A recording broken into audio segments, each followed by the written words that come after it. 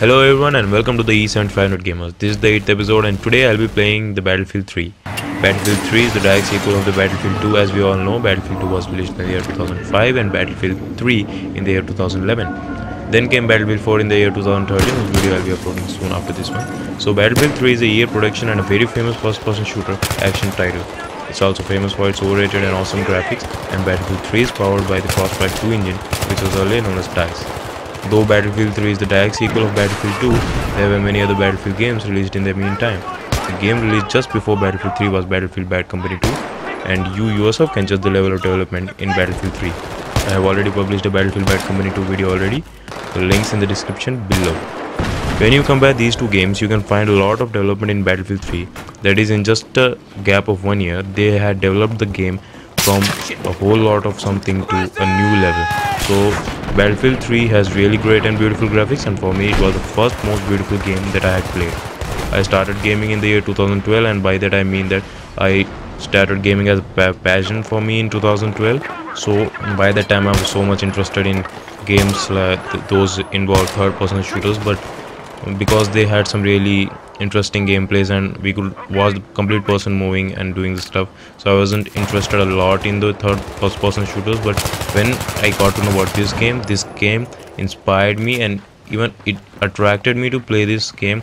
And today the thing has come to that I like first person shooters more than the third person shooters, all because of Battlefield 3. So moving on to the performance over here, first let's check the minimum system requirements. So when I was checking the minimum system requirements for this title, the minimum requirements were very reasonable and not so intense, and by that I mean a lot of people were very happy with it. E7500 here gets a high score and is perfectly suitable for playing this game, and so are the other processors of the same range. The RAM memory installed in my build is perfect for this game, and the graphics card I have is also very powerful. So it's obvious that I'm going to play the game at Ultra and enjoy the graphics as I can, because I currently own a really nice computer for this particular game. If you talk about this game alone, though the auto settings were not high, or I mean Ultra, the auto settings were set to medium and not so high, but still I'm playing at Ultra because there's no performance issue. The game runs at the range of 60 to 30 frames per second, and the average can be taken as 40 to 45 frames per second. There were hardly any moments when the frame rates dropped to something like 20, but they were really so rare. I mean, you could take that as a chance of loading or something. I mean, the background might have something busy to do, so there were really very few moments, and few in the sense you won't even have to notice that. I mean, the game is just perfect and it runs so perfect that you will not even notice that. So as I was doing a benchmarking video, so I had to notice all that stuff. But when you play the game, you are not going to notice and all those things, and also you are just going to enjoy the game, and trust me, the game runs perfectly fine. So according to me, the game has been optimized very well, because in comparison to this game, there are still other games which do not offer this level of graphics but still run poorly.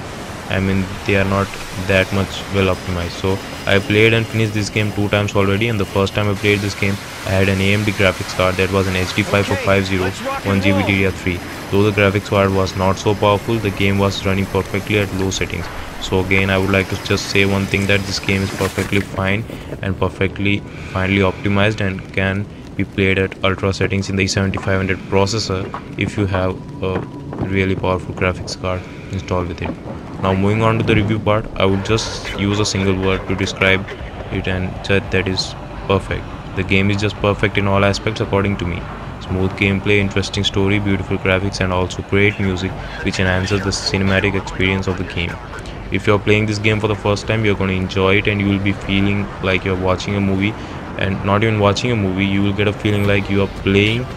I mean, you are watching, I mean, you can just say that it's a movie which you are playing yourself. So that's all from Battlefield 3, and I think that's enough to solve the purpose. I hope you liked my video. If so, then please like it and subscribe to my channel for more benchmarking videos. And thanks for watching. I had been Karthik Singh from the E7500 Gamers. Goodbye.